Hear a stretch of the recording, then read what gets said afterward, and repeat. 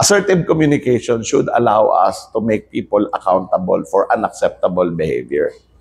So in short, let's say ako yun, Andy, yung 3 beses ng delay ang submission ng project output. You should be able to talk to me about those 3 instances that I was not able to meet your expectation and have a conversation about how we're going to change that in the future. Hindi na confirmation, hindi na yung cognitive bias if you have evidence, di ba? So, well, a cognitive bias would be tamad tong tao na to. That's a judgment eh. Pero ang actual accurate reading of that situation, itong tao na to, tatlong beses ng late mag-submit ng project output.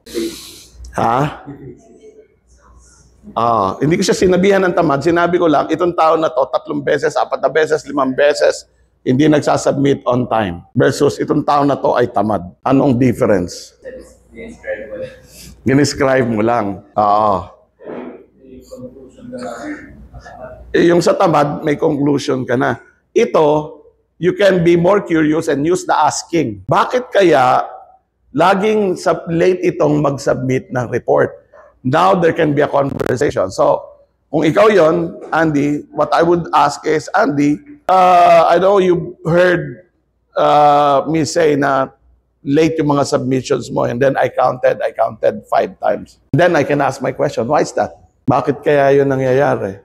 So you can either come up with an unreasonable explanation, which we can call an excuse, or a valid explanation. Let's say, for example, may mga part kasi nung report, nahirap akong gawin.